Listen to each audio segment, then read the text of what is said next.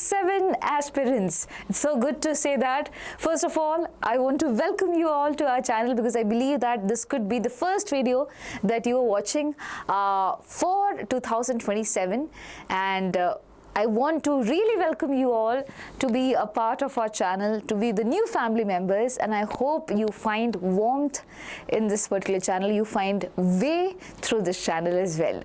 First of all, I am Jasmine Joy. Let me introduce myself, and I teach biology.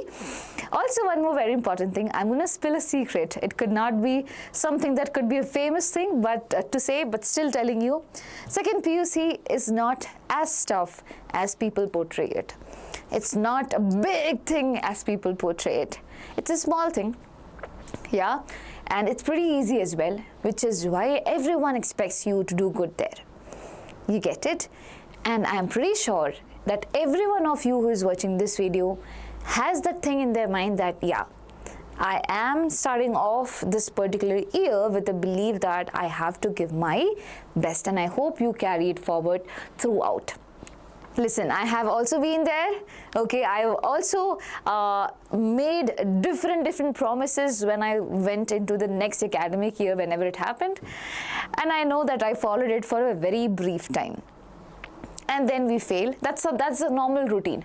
We make promises and then we follow it for some time, then we get bored of it, then we lose the track of it, then we have backlogs, then we try to finish our backlogs, and while we try to finish our backlogs, there will be a lot of other things that will be still unfinished, and that's how it goes. And basically we will be writing the examination by studying one day before. But that does not give you the best results, does it? No. It gives you results, okay, I'm not saying it does not. It gives you results, but that's not the best of your ability, right? There's more to it. You're more able than that. And these marks that you're going to score in second PUC or KCET, it's not going to define you throughout your lifetime, but it is going to help you with taking decisions in your life. Okay, decisions as in, if at all my marks are good, I probably would be getting into some good college with lesser fee. I can get good placements. I can make my parents happy. I can do my own things in my own ways. I can get a better job easily. There are a lot of things. On the other hand, if at all you take things lightly, you would get not so good college, you would have to pay more, still get bad placements, and again, there's a huge lot of things that are going to happen. This is how it goes. And even while I say it, I know that you will not completely follow it because this is how it always is. Someone elders says this to us and we never listen to it. But I hope that at least you have got a bit of idea that okay, I have to be a little more serious than I thought. That's all. That's the only thing that I want from you. Just be a little more serious, because yes, KCET 2027 might seem far from here, but the days are going to pass like this and you'll feel that I need one more day to crack this examination. And the most common mistake that everyone does is that the highest priority is given to JEE and NEET, that is the competitive examination. I'll not say that is a mistake. The mistake comes over here. The second priority is given to second PUC, and the last priority somewhere is given to KCET, because most of you think that if I'm preparing for JEE, I am already preparing for KCET as well. But please understand, JEE is a whole different examination. The level of it is totally different, cannot be compared with KCET. KCET is comparatively easy. I'm saying if we compare, it becomes what? Easy. But sometimes we stumble around the easy stuff. We do not know the basic things. We know the big things because that has been repeated so many times in our schools and the colleges where everyone says this is important, but we do not know what is the basic thing, and we would not be able to answer it. And when we are not able to answer it, we feel that, don't we know the simple things as well? That is how it goes. Okay, so that's why I'm telling you, don't do this mistake. Actually, on the other hand, it should be something like this. You can have your JEE or NEET as your first priority, but your second PUC as well as KCET should go hand in hand. The reason being that is, if at all we calculate in general, if a subject in KCET examination has 60 questions, I hope you know how the examination is taken.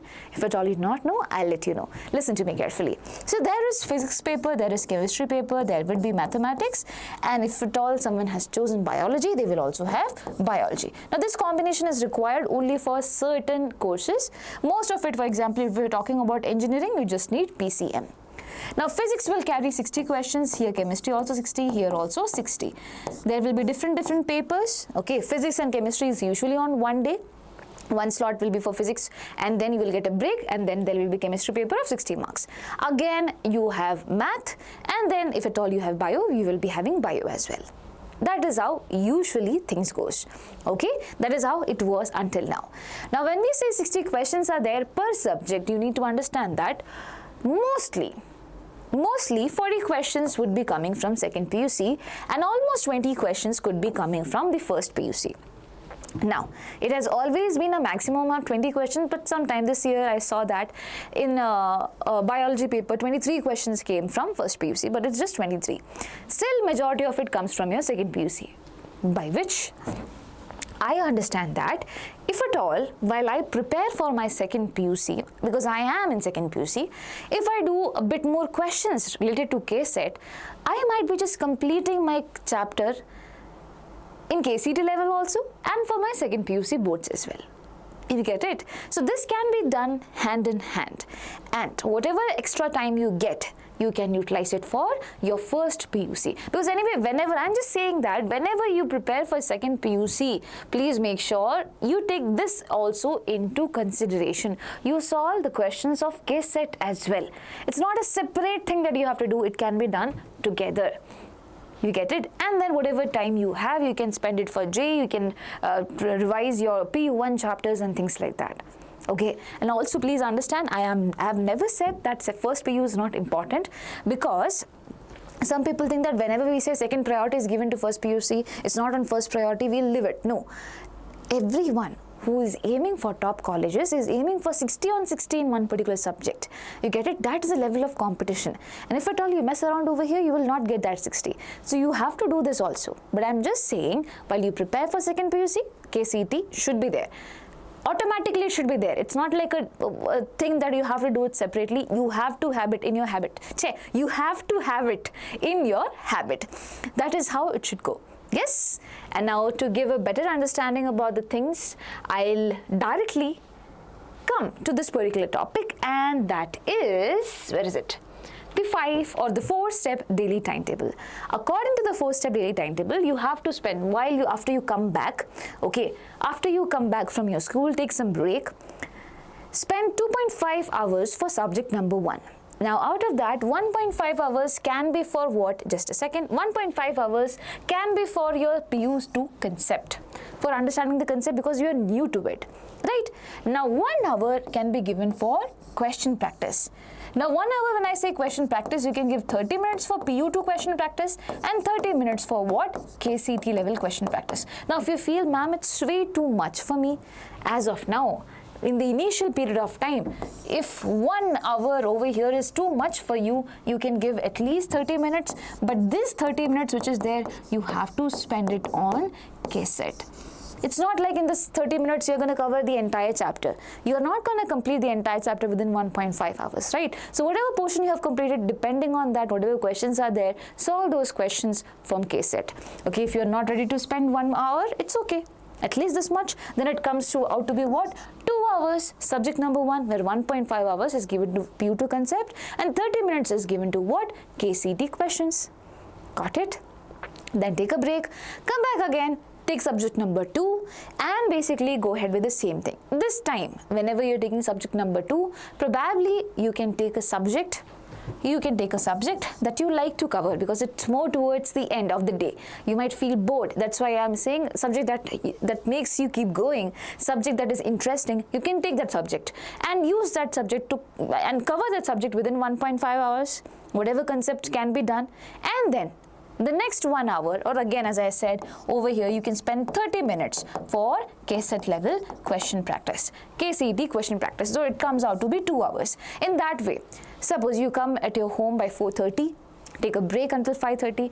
From 5:30 to 7:30, do this as I said, 2 hours. From 7:30 to 8:30, take a break. From 8:30, 10:30, do this, and it's done. Done. Right. Now, I'll request you to take a 30 minutes mini test as well. What is this mini test? I'll tell you. It's a very simple funda, okay? Now, it can be a mini test or it can be a 30 minutes revision. And it need not be done at night. If you feel that your day was too long for you, you can do it early in the morning. Whenever you wake up, early in the morning, the first thing that you do is revise whatever you studied before that day, because automatically we think a lot, we forget a lot. That's why I'm telling you, revise it. And this mini test also has the same motto, that is revision. While you say mini test means what? It's a test where you're combining the questions that you have done over here. Probably while you're solving some questions over here, you could have marked some other questions, and these questions you are probably doing it over here. This is just like revision. So if you have energy, you can do that. You can choose some questions from here, and probably later on towards the end of the day, you can try to solve it and check whether you remember it or not. You get it? Or if you feel that it's too much for you, then the first thing in the morning, if you're someone who wakes up early, then you can wake up early and do your 30 minutes revision, or probably you can have your 30 minutes mini test also in the morning. That depends upon you. Okay, so that's the same logic. So this is the time for you to sleep. This is the whole time that you have for sleeping. But if, my dear children, I'm not joking, if you are able to do this, if you're consistently able to spend at least 4 hours from now on, or 4.5 hours from now on, it is definitely going to help you out. I know I'm asking too much from you, but trust me, it is going to help you. Because once you have getting started with things, right, and once you go to your school and basically when teachers teach you something, you're already understanding it well. Why? Because you have studied it in prior. It feels really good. It feels good, and basically you will have a time for a lot of other things, for your competitive examination or for chilling out with your friends. For everything you would find time, but you have to be ahead of it. And for being ahead, you have to start early. And you have to be serious every single day. Just think that tomorrow I have my examination. Think like that and go ahead. On the days where you feel that you have to take a pause, you will be able to take a pause peacefully if you follow this every day. Because you're already ahead, you get it? So you can take a pause. You can afford to take a pause. So please do that. Understand that KCET is an examination which has high level of competition, very much high level of competition, and the examination is also not too tough. Okay, which is why I'm telling you, you need to get serious about it. And I have seen students struggling towards the end. They asked me for one-day strategy. One day before examination, they asked me, ma'am, what can I cover in one day? And I literally do not have anything to tell them. You get it? I do not want you guys to be reaching to that particular point. So make sure you do that. And also one more very, very important thing. If you're someone who's new to the channel, please know that in our channel, we are launching KCET 2027 1-year online course. Now you can talk to your seniors who have taken up any courses from here and check whether it worked well for them. Okay, it's a course designed for you guys where your PU1, PU2, everything is going to be completed. There will be live classes, there will be recorded classes. Okay, and it's not just us teachers, there will be extra teachers also who would be teaching you, and the classes is going to start by the month of June. So make sure you enroll into it, and the pricing for that is rupees 3499, and the link for that is given in the description section as well for you to check. Yes. Now, ma'am, that's not fine. You have to tell what do we have to study as well and from where. So these are certain chapters which are super important. If at all you want, you can take a screenshot of it. 2026 data has not been added now, but yes, this is there. And I'll just lessen the brightness so that you can see it easily. Just give me a quick second. Yes, I think that works. Okay. So this should be working. So these are the chapters from current electricity to alternating current. These are the chapters which frequently gives more number of questions.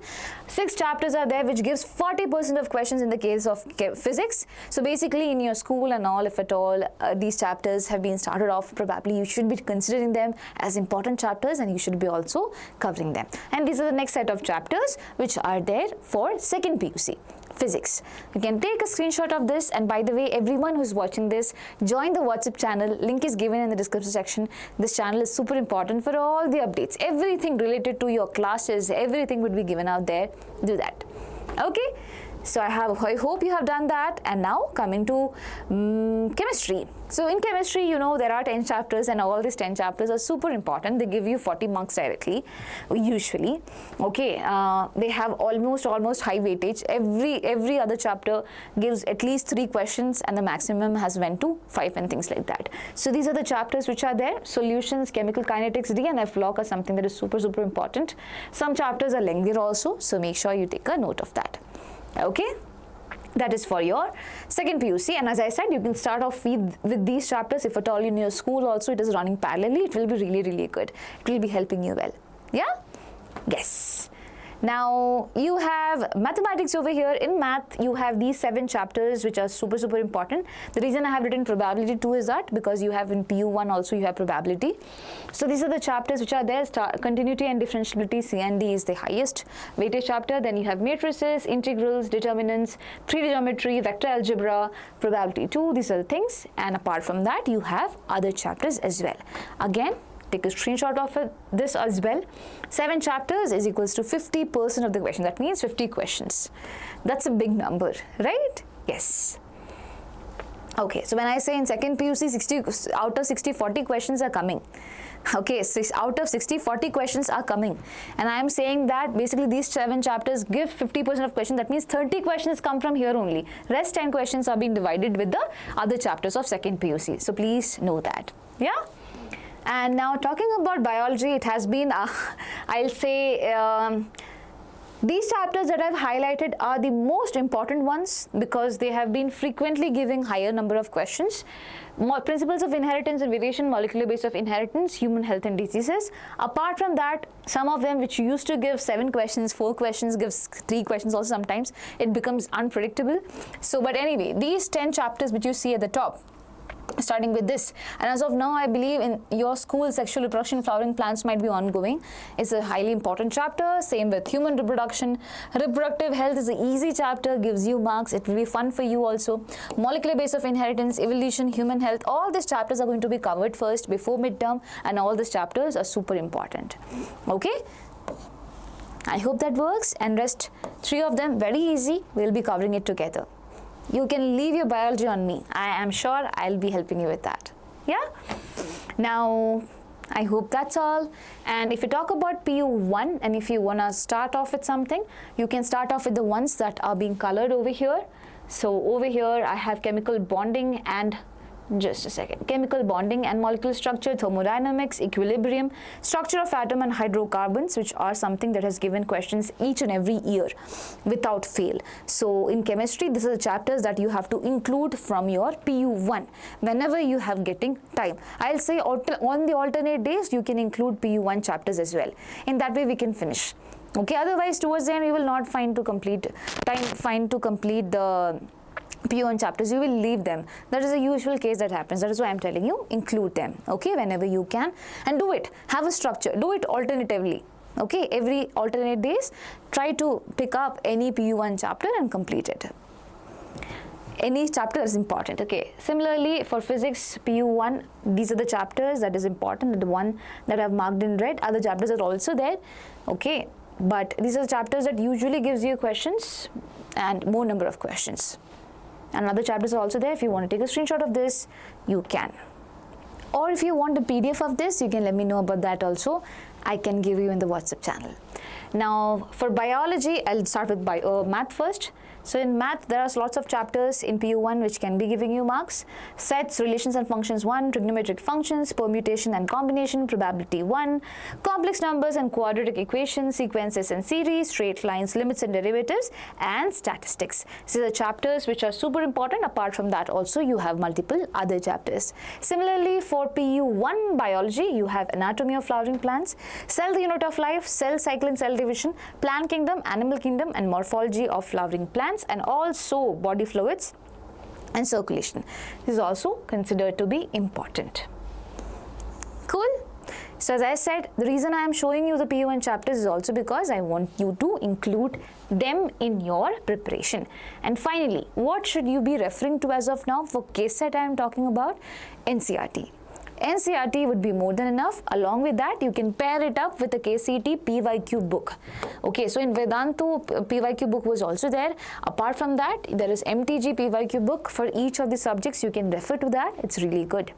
Okay, similarly over here in you for PU2, for your second PUC, you have Jeevit Publications book. These are really good books, and it has all the important questions and things like that, which is good for your revision. So yes, you can consider having them as well. Do not buy too many books. Okay, first of all, you start off your preparation and see what all do you need, and according to your need, you have it. Cool? Yes. Otherwise, we buy books and all. For that, we have lots of energy, but then we do not utilize it. Don't do that. It's your money which is going to be wasted. So don't do that. Have a plan, and according to the plan, do your work. Yes? Yes. And if at all you're ready for cracking KCET 2027, write it down that I am ready for KCET 2027, and I am also super ready to teach you for KCET 2027. As I said, 4.5 hours every single day on alternate days, PU1 chapters. You have got the list of the chapters. You know what is important. Start off your preparation. Yes? So that's all, and I do not want to bore you further. Wishing you the best. If you have any queries, ask me in the comment section. Lots and lots of love from me. Take care of yourselves. Bye-bye.